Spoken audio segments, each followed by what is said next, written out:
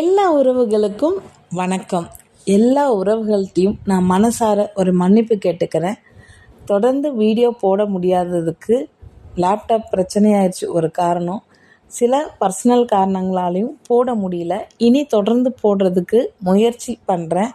எல்லா உறவுகளோட அன்பும் ஆதரவும் எனக்கு தொடர்ந்து இருக்கணும்னு உங்களை அன்போடு கேட்டுக்கிறேன். விளையாட்டு இது ஆண்களுக்கான களம். பெண்களுக்கு இங்கே என்ன வேலை? பெண் குழந்தைங்க வீட்டை விட்டு வெளியே போவதற்கே 1000 கட்டுப்பாடுகள் இருந்த ஒரு காலம் அது. ஆனால் அந்த அத்தனை கட்டுப்பாட்டுகளையும் சமுதாயம் விதித்த வேலிகளையும் தங்களின் கால்களால் மிதித்து துவம்சம் செய்த சில இரும்பு பெண்மணிகள் நம்ம இந்தியாவில் உருவானாங்க.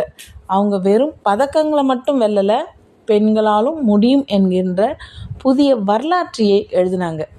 ஒலிம்பிக் மேடையில் இந்திய தேசிய கொடியை பறக்க விட்ட முதல் பளு தூக்குதல் வீராங்கனை கர்ண மல்லேஸ்வரி முதல் உலகையே தன் குத்து சண்டையால் மிரட்டி 6 முறை உலக சாம்பியன் மேரிகோம் வரை இந்திய விளையாட்டுத்துறையின் தலையெழுத்தை மாற்றிய முதல் பெண்களின் கதை தான் இது.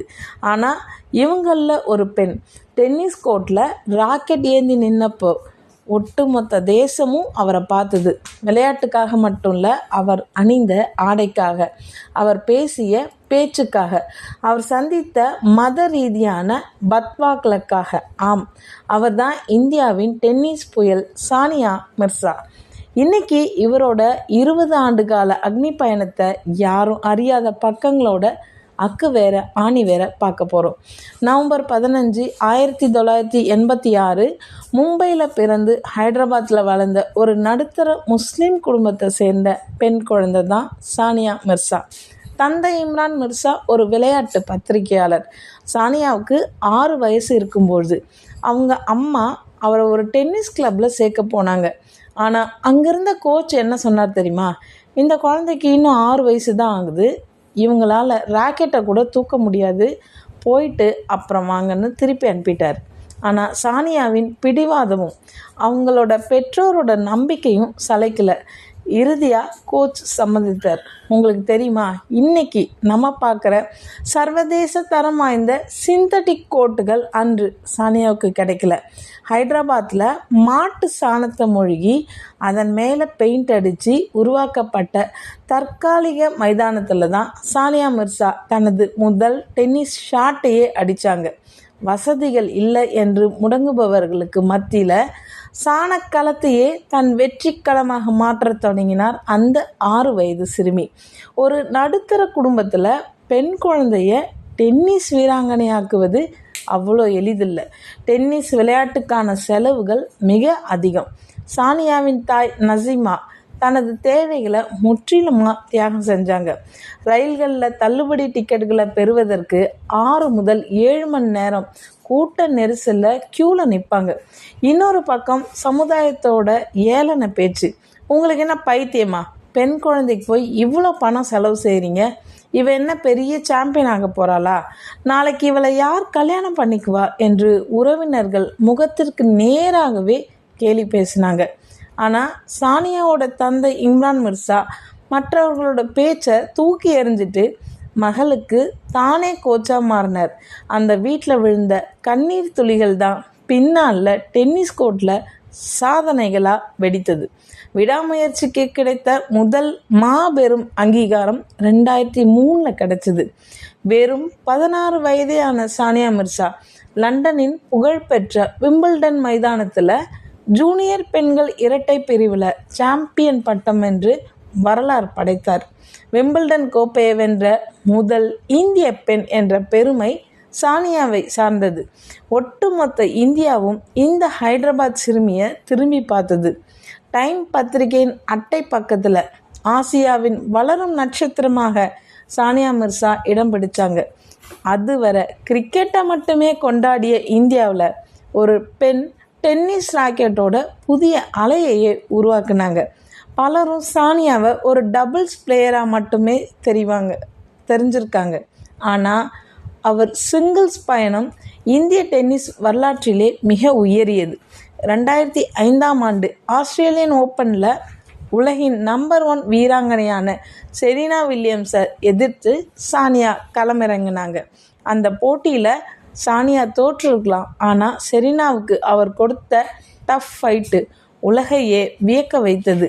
அதே ஆண்டு அமெரிக்கா ஓப்பனில் 4வது சுற்று வர தகுதி பெற்று சாதனை படைத்தார். உலக தர வரிசையில் 27வது இடத்தை பிடிச்சாங்க. இன்னைக்கு வரைக்கும் எந்த ஒரு இந்திய பெண்ணும் சிங்கிள்ஸ் பிரிவில் இந்த இடத்த எட்டியதே இல்லை. வெற்றி எவ்வளோ வேகமாக வந்ததோ அவ்வளோ வேகமாக சர்ச்சைகளும் சானியாவை சூழ்ந்தது. அவர் டென்னிஸ் விளையாடும்போது அணியும் ஸ்கர்ட்டு மதத்திற்கு எதிரானது என்று கூறி சில தீவிரவாத அமைப்புகள் அவருக்கு எதிராக பத்வா விதித்தன. அவருக்கு பாதுகாப்பு அச்சுறுத்தல்கள் வந்தது. மைதானத்தில் துப்பாக்கி ஏந்திய போலீஸ் பாதுகாப்பு போடப்பட்டது. ஆனால் சானியா எதற்குமே அஞ்சலை. நான் என்ன ஆடை அணியணும்னு யாரும் தீர்மானிக்க முடியாது, எனது ஆட்டம் மட்டுமே என்னோட அடையாளம்னு கம்பீரமாக நின்னாங்க. தனது டிஷர்ட்டில் well behaved women rarely make history, அடங்கி போகும் பெண்களால் வரலாறு படைக்க முடியாது என்ற வாசகத்தோட மைதானத்திற்குள்ளே வந்து விமர்சகர்களின் வாயை அடைத்தாங்க. ஒரு விளையாட்டு வீரருக்கு தன் தேசப்பற்றை நிரூபிக்க வேண்டிய கட்டாயம் வருவது தான் மிகப்பெரிய கொடுமை. சானியாவுக்கும் அது நடந்தது. ஒரு முறை ஒரு போட்டியை பார்த்து கொண்டிருக்கும்போது தெரியாமல் அவரோட கால் தேசிய கொடியின் அருகில் இருந்தது போன்ற ஒரு புகைப்படம் வெளியாகி தேசிய கொடியை அவமதிச்சிட்டார்னு நீதிமன்றத்தில் வழக்கு தொடரப்பட்டது. அடுத்ததாக 2010 அவர் பாகிஸ்தான் கிரிக்கெட் வீரர் ஷோயப் மாலிக்கை திருமணம் செஞ்சப்போ ஒட்டுமொத்த நாடும் அவரை பாகிஸ்தானின் மருமகள் தேச துரோகி என்று வசப்பாடியது. தெலுங்கானா மாநிலத்தின் பிராண்ட் அம்பாசிடராக அவர் நியமிக்கப்பட்ட போது கூட அரசியல்வாதிகள் அவரை பாகிஸ்தானை சேர்ந்தவர் என்று விமர்சித்தார்கள். அப்போது கேமரா முன்னால் கண்ணீர் மல்க சானியா பேசிய வார்த்தைகள் ஒவ்வொரு இந்தியனின் நெஞ்சையும் உலுக்கியது. நான் சாகும் வர இந்தியனாகவே இருப்பேன். நான் இந்த நாட்டுக்காக பதக்கம் வெல்லும்போது வராதவங்க என் திருமணத்தை வைத்து ஏன் என் தேசப்பற்ற சந்தேகிக்கிறாங்க? அத்தனை வழிகளையும் தாங்கி கொண்டு இந்தியாவுக்கு மட்டுமே விளையாடினார் சானியா. திருமணம், காயம் எல்லாவற்றையும் தாண்டி சானியா ஒரு குழந்தைக்கு தாயானார். பிரசவத்திற்கு பிறகு உடல் எடை கூடி மீண்டும் கோர்ட்டுக்குள் வருவது சாத்தியமே இல்லைன்னு சொன்னாங்க. ஆனால் 27 மாத இடைவெளிக்கு பிறகு 2020 மீண்டும் மைதானத்திற்குள்ளே வந்து ஹேபார்ட் சர்வதேச தொடரை வென்று அசத்தினாங்க. தன் 20 ஆண்டு கால பயணத்தில் 6 கிராண்ட் ஸ்லாம் பட்டங்கள், ஏகப்பட்ட சர்வதேச பதக்கங்கள், அர்ஜுனா விருது, பத்மஸ்ரீ, பத்ம பூஷன் என இந்தியாவின் உயரிய விருதுகளை தன் வசமாக்கியிருக்காங்க. இறுதியாக 2023 பிப்ரவரியில் தனது இறுதிப் போட்டியை விளையாடிட்டு கண்ணீரோட சர்வதேச டென்னிஸ் வாழ்க்கைக்கு விடை கொடுத்தாங்க. சானியா மிர்சா வெறும் டென்னிஸ் வீராங்கனை அல்ல, அவங்க இந்தியாவில் இருந்த லட்சக்கணக்கான பெண் குழந்தைங்களுக்கு நாமும் வீட்டை தாண்டி உலகை ஆளலான்ற நம்பிக்கையை கொடுத்த ஒரு புரட்சி புயல். சானியா மிர்சாவோட இந்த அக்னி பயணம் நமக்கு சொல்லும் பாடம் ஒன்று தான். நீங்கள் சாதிக்க நினைக்கும் போது இந்த சமுதாயம் உங்கள் மீது கல் எறியலாம், உங்கள் ஆடைகளை கேலி செய்யலாம், உங்கள் தேசப்பற்ற கூட சந்தேகிக்கலாம்.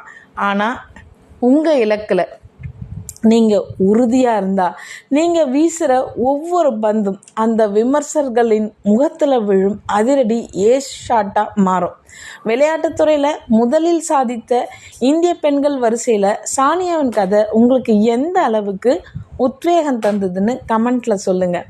அடுத்த வீடியோவில் இந்தியாவின் பயோலி எக்ஸ்பிரஸ் என்று அழைக்கப்படும் ஓட்டப்பந்தய ராணி PT உஷா அவர்களோட அதிரடி பக்கங்களை பார்க்கலாமா, அல்லது 6 முறை உலக சாம்பியன் பட்டம் என்ற பாக்ஸிங் லெஜண்ட் மேரிகோம் கதையை தொடங்கலாமா?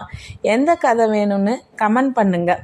இந்த வீடியோ பிடிச்சிருந்தா லைக் பண்ணிவிட்டு மறக்காமல் நம்ம சேனலை சப்ஸ்கிரைப் பண்ணிவிடுங்க. அடுத்த வைரல் கண்டென்ட்டில் சந்திப்போம். அதுவரை உங்களிடம் விரிப்படுவது உங்கள் கோமதி. நன்றி, வணக்கம்.